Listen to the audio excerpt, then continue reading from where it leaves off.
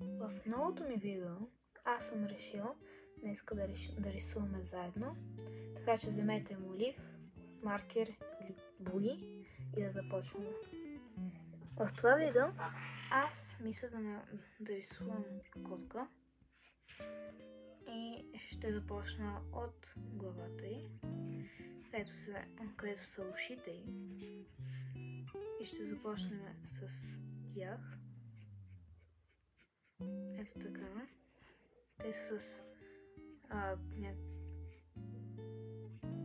някаква такава форма.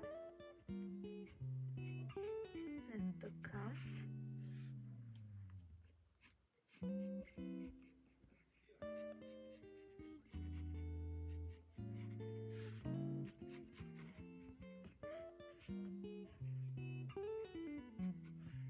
И после довършваме лицето на котката, като завършим кръгът. Ще сложим тук муцунката. Моята ще е намръщена.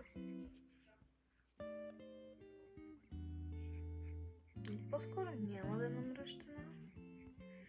Може би ще е доктор. Ето така. Ще е много сериозна. Ще сложим едни очила.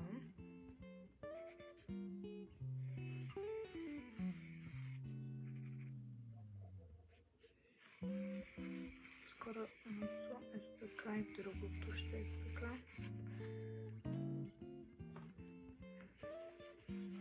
И ще изтрия по средата.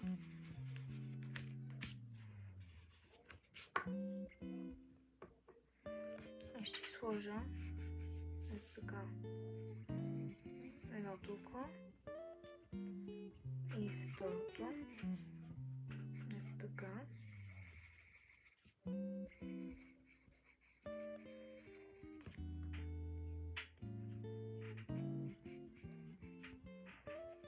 Ще продължа надолу.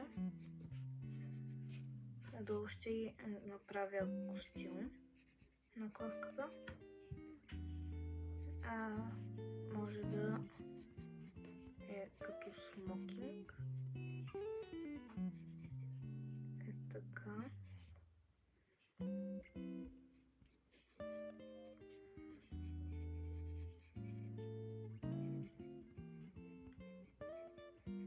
Не ми се получават никога ръцете, така че ще се опитам да ги направя.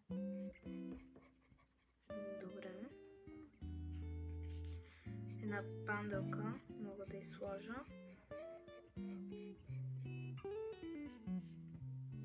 Ето така.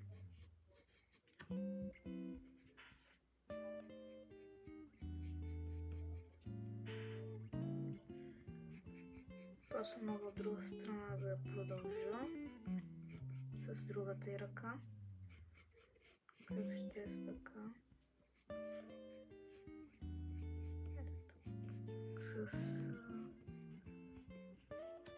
Ще се опитам някакси да направя, след да държи костюма, да си го прави.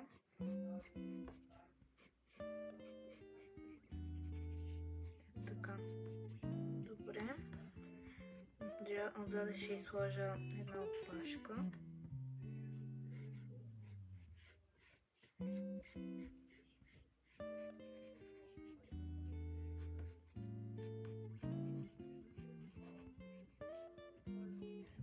Краката сега ще направим.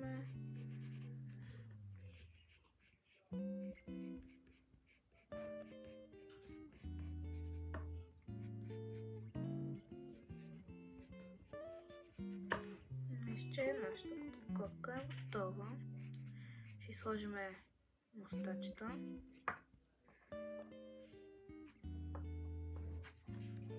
Може да направим сянка около лицето. Ето така.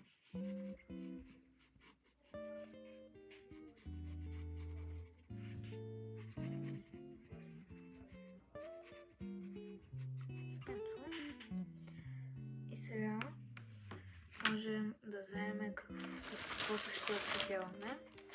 Аз ще оцветявам с маркери. И ще си взема хлебната гума. Ако нямате хлебна гума, взимате си нормалната гумичка и съвсем леко върху рисунката отивате. Няма значение дали е на котка, дали е на акула, дали е на пеперуда, на всякаква. И съвсем лекичко, ето така, правите. Аз го правя това, защото като рисувам с маркери, после този графит отива върху маркера и самата четка става черна и после самия маркер някакси не работи така хубаво. Затова е така. После аз ще си взема моят Micron.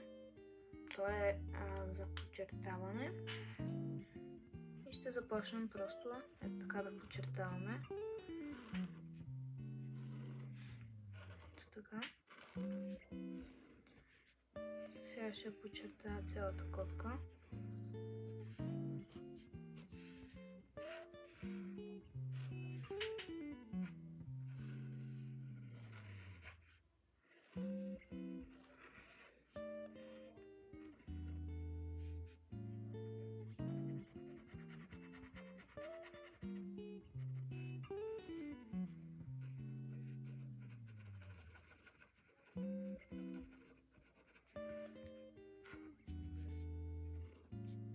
Стигнах до сумката.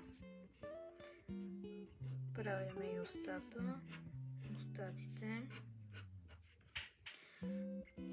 папионката,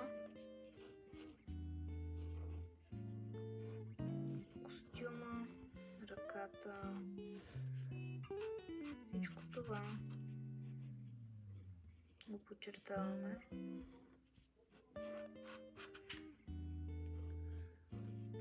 И от другата страна по същия начин.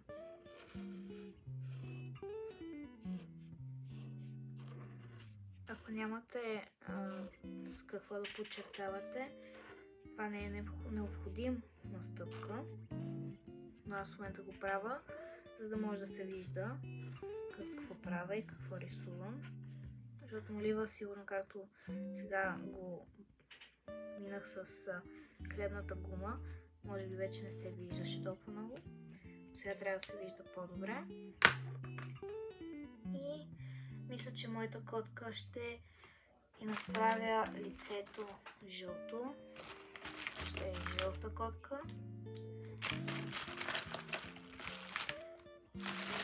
Ето така. Тези са цветовете, които ще ползвам. Ето тук ще ви напиша. Ако и вие искате да използвате същите. Така.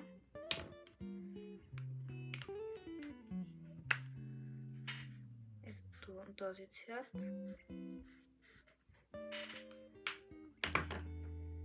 И последният е ето този. С 3 нули.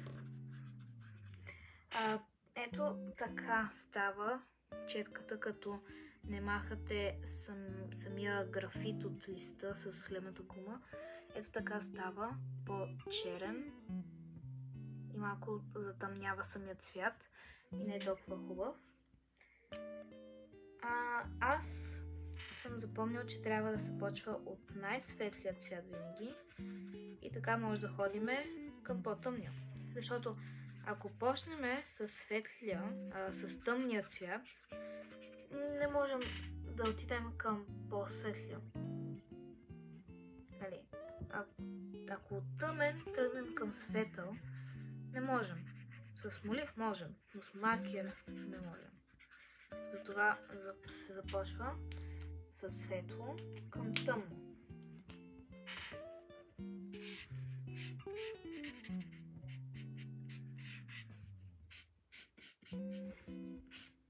Ето така. Ако имате идеи за следващата рисунка, която може да рисуваме заедно, или какво мога да покажа, да кача, може да пишете долу в коментарите, за да ми дадете идеи и какво искате да видите.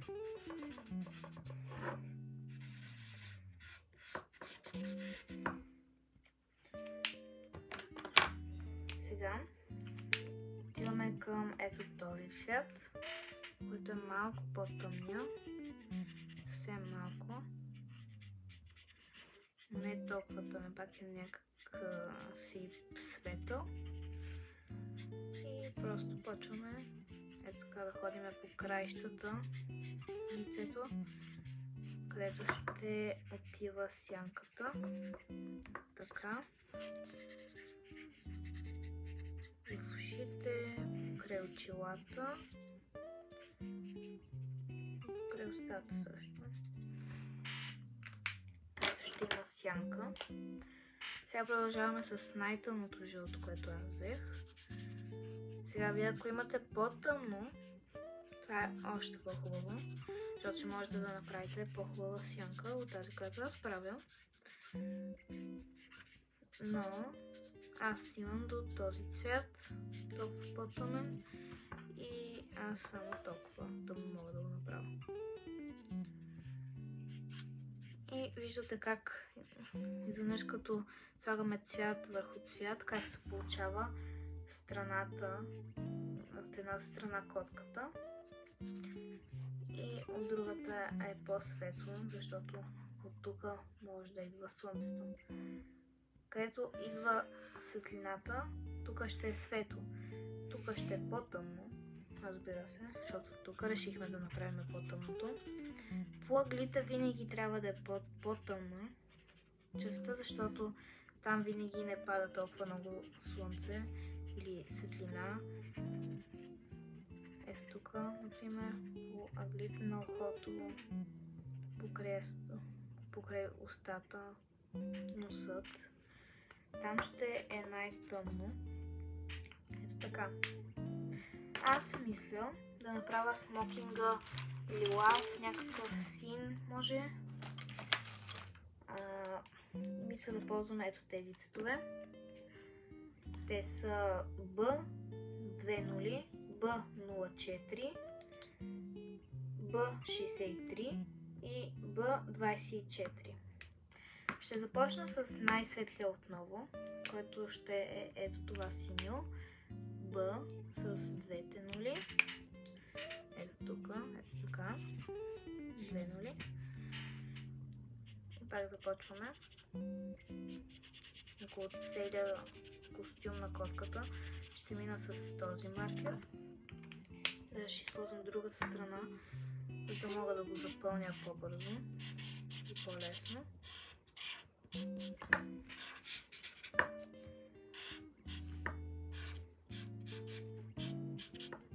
Ето така.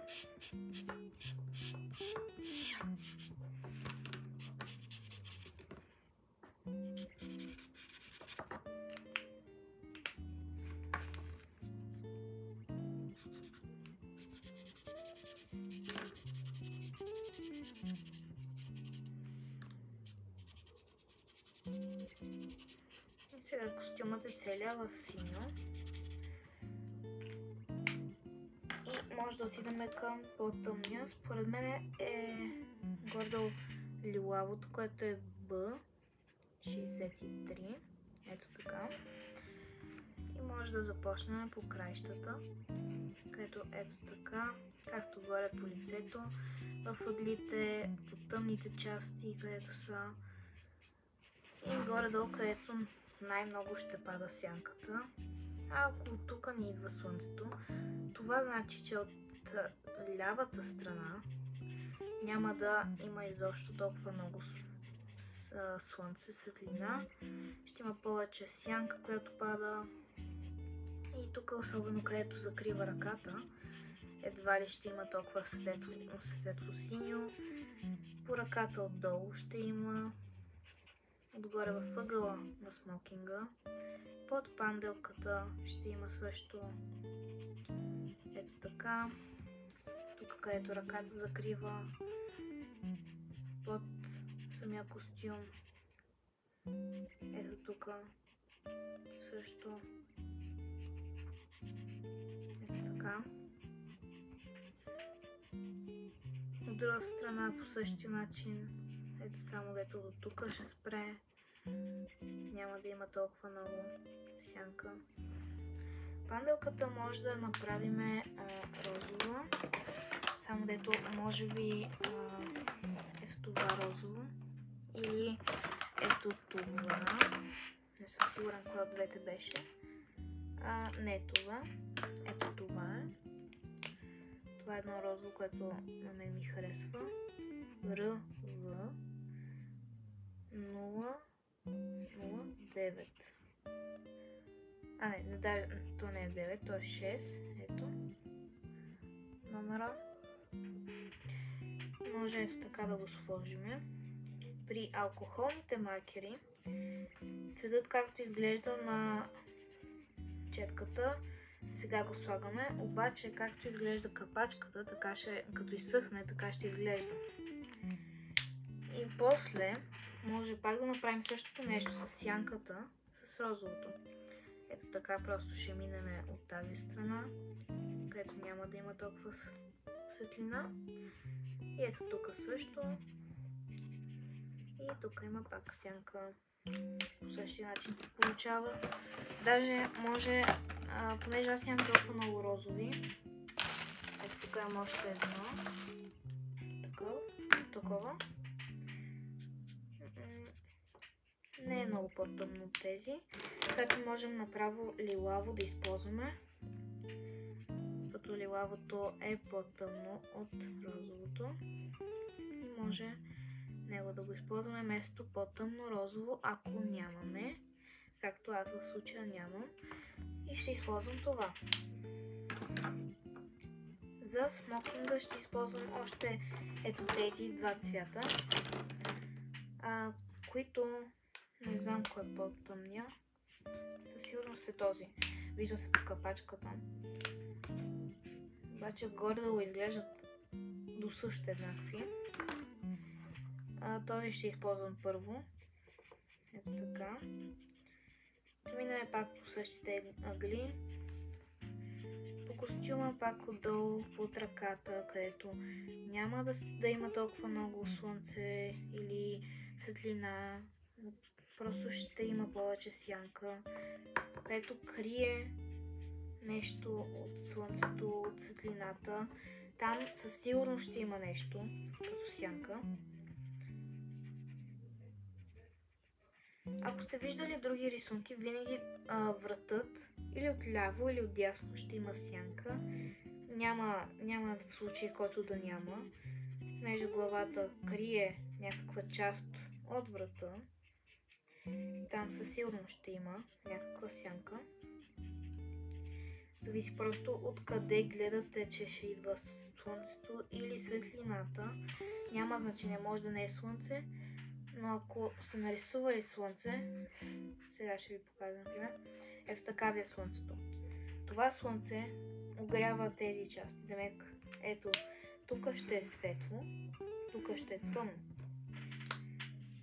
Мога в следващото видео да ви покажа номер с штрих и също да ви обясня за кръг, както ви обещах след клуба.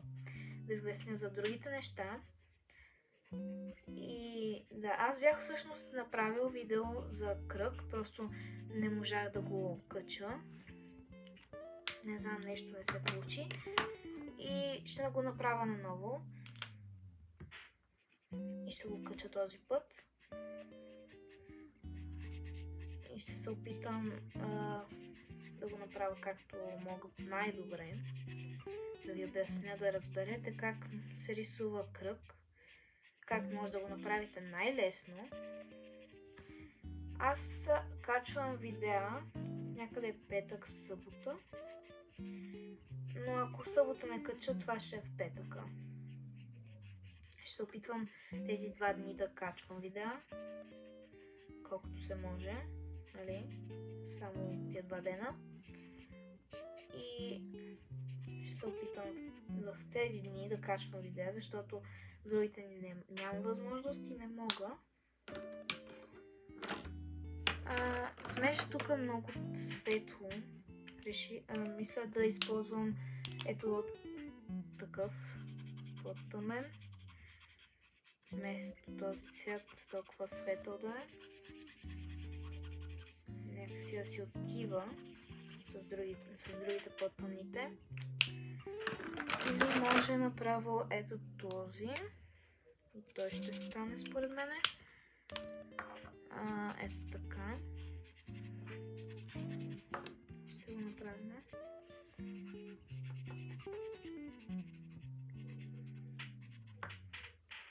Готово.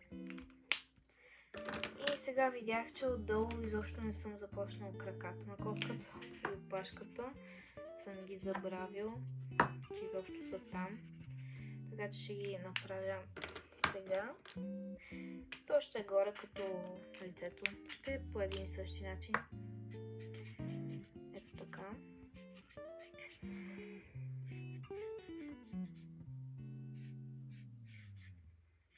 И краката. Сянката на краката ще е между пръстите и където е крачола. Ето така ще бъде ето тук. Ето така. Тук ще е светло. Тук няма да е светло. Тук пак ще има сянка. Даже направо целият крак може би ще е в сянка, защото тук изобщо не се вижда светлина. По опашката, ето тук отдолу, ще има ето тук може. Даже ако искате може да направите нещо като чертички. Все едно котката има собствени линии, така тя си има. Очилата мислех да ги направя зелени. Защо? Не знам. Мисля, че ще си върви с жълтото и синьото. И ми харесва просто. Така.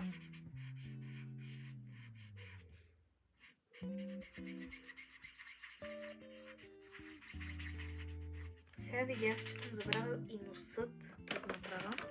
Ще го направя в този цвят също. Като панделката. И мисля някакси да оставя самите пръсти и ръката на котката. С едно с ръкавици. Ще направя сянка просто с молива. За да има нещо. Да не изглежда толкова празни. Сега не съм правил нищо върху тях. Ето така. Може ето тук горе малко. Ето. Можем също да нарисуваме и други животни. Не нужно само да е котка. Може да кажем да нарисуваме птица. Ето така нещо.